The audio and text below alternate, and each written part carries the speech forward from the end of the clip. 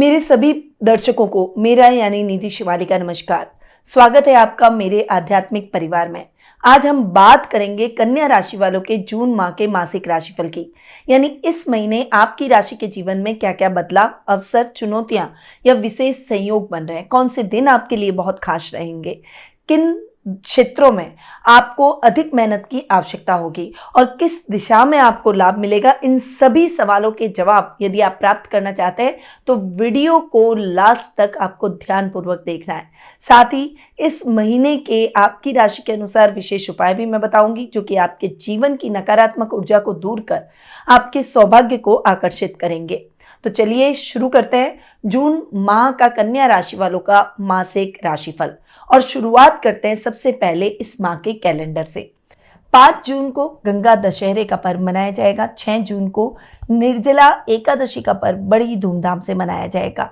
18 जून को कालाष्टमी का पर्व आ रहा है। वही 21 जून को अंतर्राष्ट्रीय योग दिवस मनाया जाएगा। 26 जून को गुप्त नवरात्रि प्रारंभ हो जाएगी और 27 जून को जगन्नाथ रथ यात्रा निकाली जाएगी। 28 जून को विनायक चतुर्थी मनाई जाएगी। तो ये है इस माह के कैलेंडर की बात। अब आते हैं ग्रहों की स्थिति पर कि ग्रहों की स्थिति में इस माह क्या फेरबदल होने वाले हैं। सबसे पहले बात करते हैं ग्रहों के राजा सूर्य की, जो कि वर्तमान में अपनी समराशि वृषभ में विराजमान है और 15 जून को अपनी मित्र राशि मिथुन में प्रवेश कर जाएंगे। आपकी राशि स्वामी बुध की बात करें तो वर्तमान में अपनी अति मित्र राशि वृषभ में विराजमान है और 6 जून को अपनी खुद की राशि मिथुन में स्वग्रही हो जाएंगे। 22 जून को पुनः राशि परिवर्तन कर अपनी सम राशि कर्क में प्रवेश कर जाएंगे। मंगल ग्रह वर्तमान में अपनी नीच की राशि कर्क में विराजमान है और 7 जून को अतिमित्र राशि सिंह में प्रवेश करेंगे। गुरु ग्रह अपनी सम राशि मिथुन में ही विराजमान रहेंगे।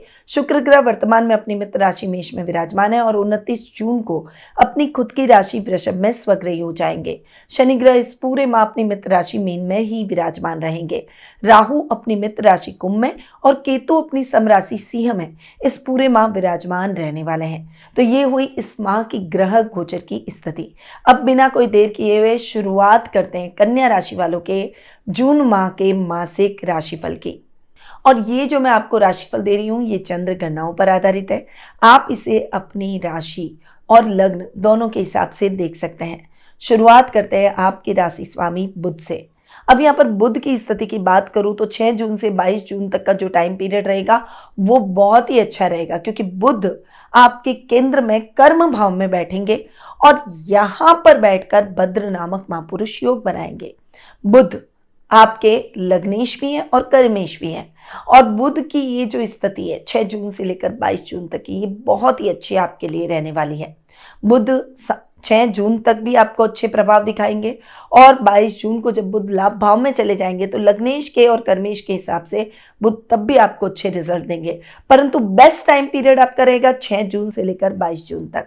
इस टाइम पीरियड के दौरान आप अपने सभी कार्यों को, जो काम आप करना चाहते हैं उनको आप संपन्न कर सकते हैं। यानी कोई काम बहुत लंबे टाइम से अटका हुआ था, बहुत पेचीदा था, आप उसमें सफलता प्राप्त नहीं कर पा रहे थे, तो अब कर सकते हैं। इसीलिए प्रयासों को तेज कर दें। वहीं कुटुंब में मान सम्मान बढ़ेगा। रूठे हुए रिश्ते, यानी आपके परिवार में किसी से अनबन चल रही थी तो वो रिश्ते भी अब आप अपनी बुद्धि और युक्ति से सॉल्व कर लेंगे। वहीं वर्क प्लेस पर भी अटका हुआ प्रमोशन मिल सकता है। आईटी सेक्टर से जुड़े हुए लोगों को विशेष लाभ मिलेगा। बॉस आपसे खुश नजर आएंगे। कुछ बेटर अपॉर्चुनिटीज आपको अपने काम में मिल जाएगी। अगर आप कोई लोन लेना चाह रहे थे, बैंकिंग सेक्टर से जुड़े हुए या फंसे हुए कोई काम थे, तो वो भी अब क्लियर होते हुए दिखाई देंगे। बुध आपकी हर इच्छा को पूरा करेंगे। कला के क्षेत्र में, गायन के क्षेत्र में, वाद्य यंत्रों के क्षेत्र में या फिर कोई भी आपके अंदर कला छुपी हुई है, उन सभी क्षेत्रों को अगर आपने अपना प्रोफेशन बना रखा है तो डेफिनेटली ये टाइम पीरियड आपको बहुत अच्छे अचीवमेंट्स दिलाएगा, आपको बहुत अच्छी सफलताएं दिलाएगा। सक्सेस इस समय आपको भरपूर देखने को मिलेगी, परंतु डिसीजन लेते समय सोच समझ कर आगे बढ़ना है। जल्दबाजी में डिसीजन लेने से बचना है।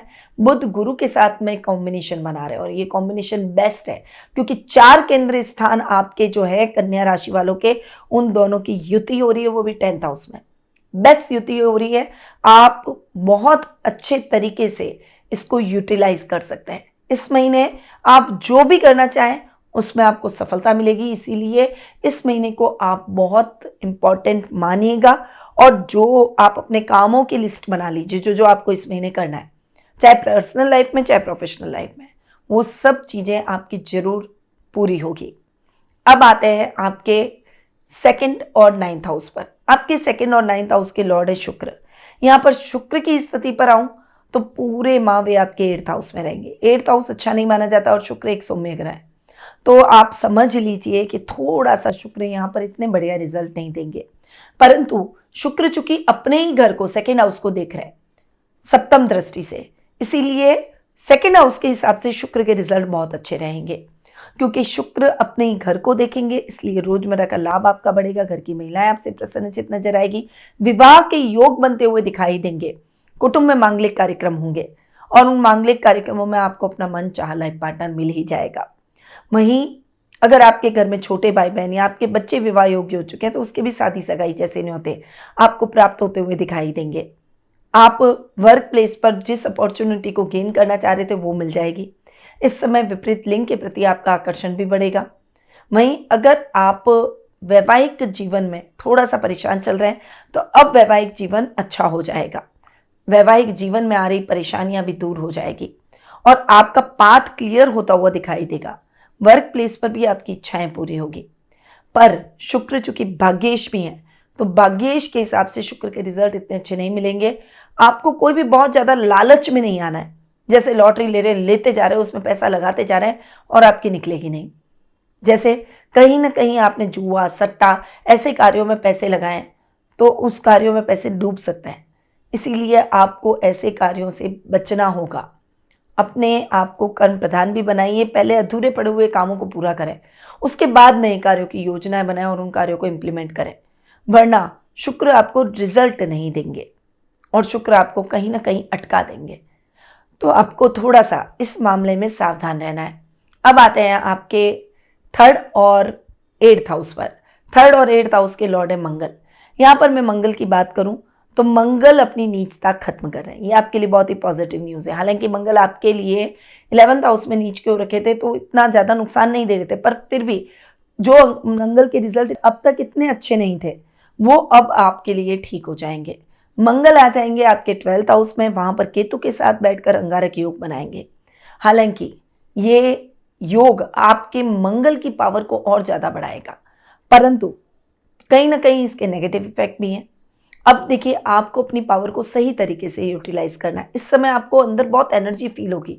आप अपनी एनर्जी को कहीं ना कहीं लगाइए और सही बात पर लगाइए, नहीं तो वो नेगेटिव बात पर चलेगी। गुस्सा, अग्रेशन, स्ट्रेट फॉरवर्डनेस ज़्यादा बढ़ जाएगी। चूंकि केतु के साथ बैठे हैं तो केतु भी मंगल की पावर को बढ़ाते हैं।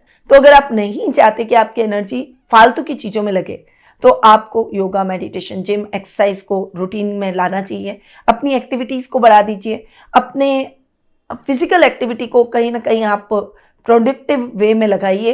प्रोडक्टिव वे में अगर आप लगाएंगे तो उसके पॉजिटिव रिजल्ट आपको डेफिनेटली मिलेंगे। अब मंगल चूंकि आपके थर्ड हाउस के लॉर्ड है तो यहाँ पर आपके भाई बहनों के साथ में रिश्ते थोड़े से खर्च हो सकते हैं।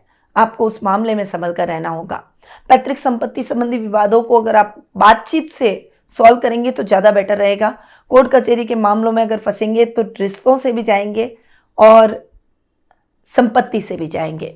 वहीं मंगल चूंकि आपके अष्टमेश में हैं तो ससुराल वालों से भी रिलेशनशिप बिगड़ सकती है, रिश्ते खर्च हो सकते हैं। थोड़ा सा संभल कर रहना होगा। अपने अग्रेशन और गुस्से पर कंट्रोल करके चलेंगे तो आपको अचानक धन लाभ के योग भी बनेंगे। वहीं ये टाइम पीरियड आपके गुप्त शत्रुओं को समाप्त करेगा, यानी गुप्त शत्रुओं के मामलों में आपको बहुत सफलता मिलेगी। जो काम आप खुद खड़े रहकर पूरा करेंगे उस काम में आपको निश्चित तौर पर अच्छा प्रॉफिट मिलता हुआ दिखाई देगा। तो आप अपने कार्यों को खुद खड़े रहकर पूरा करें। अब आते हैं आपके फोर्थ और सेवंथ हाउस पर। फोर्थ और सेवंथ हाउस के लॉर्ड है गुरु। यहाँ पर गुरु की स्थिति पर आऊं तो गुरु 10th हाउस में बैठे हैं। वैसे भी 10th हाउस में गुरु बेस्ट रिजल्ट देते हैं और बुध के साथ युति करके बैठे हैं। 4 केंद्र स्थान के स्वामियों की युति हो रही है यहाँ पर, क्योंकि बुध आपके लग्नेश और कर्मेश है और गुरु आपके सुकेश और सप्तमेश है। तो चारों केंद्र स्थान के स्वामियों की अगर युति हो गई तो आप समझ लीजिए सोने पे सुहागा हो गया। प्रॉपर्टी फंसी हुई है, निकल जाएगी।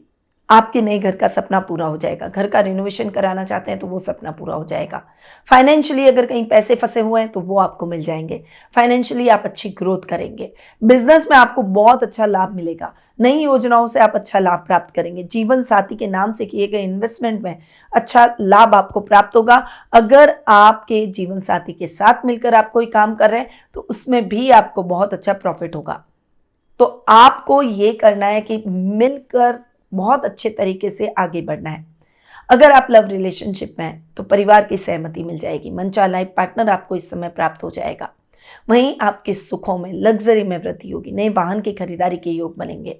तो गुरु और बुध की ये जो युति है ना, ये आपके लिए बेस्ट कॉम्बिनेशन रहेगा। 7th हाउस में शनि बैठे हैं, ईगो की प्रॉब्लम जरूर लाते हैं और वैवाहिक जीवन में कहीं ना कहीं तनाव उत्पन्न करते हैं। इसीलिए आपको उस मामले में बहुत सावधान रहना है। वैवाहिक जीवन में एक दूसरे के बीच में ईगो की प्रॉब्लम नहीं आनी चाहिए, इस बात का ध्यान रखें। एक दूसरे को सपोर्ट करेंगे तो दोनों को फायदा है, इसीलिए अपने रिश्ते को संभाल कर रखें, एक दूसरे के लिए सपोर्टिव बने। अब आते हैं आपके 5th और 6th हाउस पर। देखिए, आपके 5th और 6th हाउस के लॉर्ड है शनि। शनि आपके 7th हाउस में बैठे और 6th हाउस में राहु आ गए। यहां पर ट्रेडिंग, शेयर, स्टॉक, क्रिप्टो, ऐसे कोई भी आप काम कर रहे हैं उसमें आपको बहुत अच्छा फायदा मिल सकता है। अगर आपने पहले कोई लॉन्ग टर्म इन्वेस्टमेंट कर रखा है तो वो अब बहुत अच्छा ग्रो कर रखा होगा, आपको उसमें भी बहुत अच्छा लाभ मिलेगा। आपके राइवल समाप्त हो जाएंगे, आपकी योजनाएं इंप्लीमेंट होगी, अचानक चीजें आपके जीवन में घटित होगी। इसीलिए जल्दबाजी, हड़बड़ाहट में डिसीजन नहीं लेना है, क्योंकि अगर आपने जल्दबाजी और हड़बड़ाहट में डिसीजन लिए तो वो नेगेटिव निकल जाएंगे। इसीलिए बहुत पॉजिटिव होकर सोच समझ कर डिसीजन लीजिएगा, वो आपके लिए बहुत अच्छे सफलतादायक रहेंगे। वहीं करियर को लेकर जो भी टेंशन थी वो दूर हो जाएगी। आपको अपने बच्चों से संबंधित शुभ समाचार मिलेंगे। अगर बच्चे आपकी बराबरी के हैं और आपके साथ बिजनेस कर रहे हैं तो उनकी वजह से आपको बिजनेस में बहुत अच्छा लाभ मिलेगा। तो शनि के रिजल्ट भी आपको बेस्ट मिलेंगे। अब आते हैं आपके लाभ भाव पर। लाभ भाव के स्वामी है चंद्रमा, और चंद्रमा सब कुछ देता है। मन, माता, मस्तिष्क का कारक ग्रह होता है। बहुत ज्यादा इमोशनल होकर न सोचे, प्रैक्टिकल होकर चलना पड़ेगा। जो वाइट चीजों से संबंधित काम है उसमें आपको बहुत अच्छी सफलता मिलेगी। सोच समझकर निवेश कीजिएगा और सोच समझकर डिसीजन लीजिएगा। अब आते हैं आपके 12th हाउस पर। खर्च भाव के स्वामी है सूर्य। सूर्य की अगर मैं बात करूं तो सूर्य आपके 9th हाउस में है आधे माह तक, और उसके बाद आपके 10th हाउस में बैठेंगे और पूरे माह आपको बहुत अच्छे परिणाम देंगे। खर्च भाव का स्वामी है और वो भाग्य स्थान में और उसके बाद कर्म भाव में बैठा है, तो वो आपके खर्चों को थोड़ा सा नियंत्रित करेगा, या फिर आप जो खर्च करना चाहते हैं उतनी कैपेबिलिटी आप में बढ़ाएगा, उतनी लिक्विडिटी आपको देगा, जिससे आपका कॉन्फिडेंस बढ़ेगा।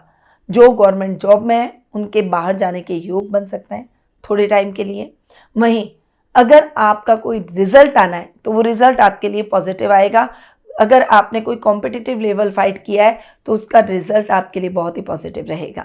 आध्यात्मिक कार्यों में आपका मन अधिक लगेगा। केतु आपके 12th हाउस में बैठे, ये आपके 6th सेंस को बढ़ा देंगे, जिससे आप गलत और सही निर्णय के बीच में जो एक पर्दा होता है ना, वो पर्दा हट जाएगा और ले सकेंगे कि सही क्या है और गलत क्या है। वो आपके दिमाग में बहुत क्लियर रहेगा, जिससे नुकसान की स्थितियों को आप टालने में सफल होंगे। यहाँ स्पिरिचुअलिटी से भी आप थोड़ा ज़्यादा जुड़ेंगे और अपने मोक्ष के लिए कुछ अच्छे प्रयास, कुछ पुण्य कार्यों में आप भागीदारी दिखाएंगे, जो कि आपके लिए पॉजिटिविटी का भी काम करेगा। तो ये है कन्या राशि वालों का जून महीने का मासिक राशिफल। अब आ जाते हैं इस महीने में किए जाने वाले कुछ विशेष उपायों पर। गंगा दशहरे के दिन आपको गंगा जल से स्नान करना चाहिए, या फिर पानी में थोड़ा सा गंगा जल मिलाकर स्नान करें। फिर माँ गंगा का ध्यान करते हुए ओम नमो भगवते गंगाए नमः मंत्र का 108 बार जाप जरूर करें। निर्जला एकादशी का व्रत करें। इस दिन जल ग्रहण करें और ओम नमो भगवते वासुदेवाय मंत्र का जाप करते रहें। नवरात्रि यानी गुप्त नवरात्रि पर माँ बगलामुखी, माँ दुर्गा की विशेष साधना करें। पीले वस्त्र धारण करें और ओम एम रीम क्लीम चामुंडाय विच्छे मंत्र का जाप करें। हर बुधवार को गणेश जी को दुर्वा अर्पित करें और ओम गंग गणपते नमः मंत्र का जाप जरूर करें। तो जो भी कन्या राशि वाले दर्शक हैं, जून माह आपके लिए उतार चढ़ाव भरा जरूर हो सकता है, लेकिन जो मैंने आपको सुझाव दिए हैं या फिर जो उपाय आपको बताया, अगर आप उन्हें अपनाते हैं और धैर्य बनाए रखते हैं तो चुनौतियों को भी आप अवसर में बदल सकते हैं। आपसे अनुरोध है कि यदि ये वीडियो आपको अच्छा लगा हो तो आप अपने मित्रों, परिवार, और सर्कल में इसे शेयर जरूर करें, साथ ही अपने स्टेटस पर भी लगाएं। चैनल को सब्सक्राइब नहीं किया है तो जरूर कर लें, ताकि आपको हर महीने का राशिफल और खास ज्योतिषीय जानकारियां समय समय पर मिलती रहे। अगर आपकी जन्म पत्रिका के आधार पर आप पर्सनल मीट या टेलीफोनिक अपॉइंटमेंट प्राप्त करना चाहते हैं तो नीचे दिए गए नंबरों पर या फिर वेबसाइट के माध्यम से संपर्क कर सकते हैं। फिर मिलते हैं अगली राशि के मासिक राशिफल में। तब तक के लिए ईश्वर आपको सफलता, स्वास्थ्य और सुख शांति प्रदान करे, यही मेरी मंगल कामना है। जय श्री राधे कृष्णा। गुरुमां निधि श्रीमाली एक प्रसिद्ध ज्योतिषाचार्य हैं। उनके जोधपुर स्थित ज्योतिष संस्थान में महामृत्युंजय, काल सर्प दोष, मां बगलामुखी, विवाह बाधा निवारण पूजा एवं अन्य सभी प्रकार की पूजाएं संस्थान के विद्वान पंडितों द्वारा पूर्ण विधि विधान एवं शास्त्रोक्त रीति से संपन्न करवाई जाती है। अतः आज ही अपनी पूजा बुक करवाने हेतु इन नंबरों पर संपर्क करें 8955658362।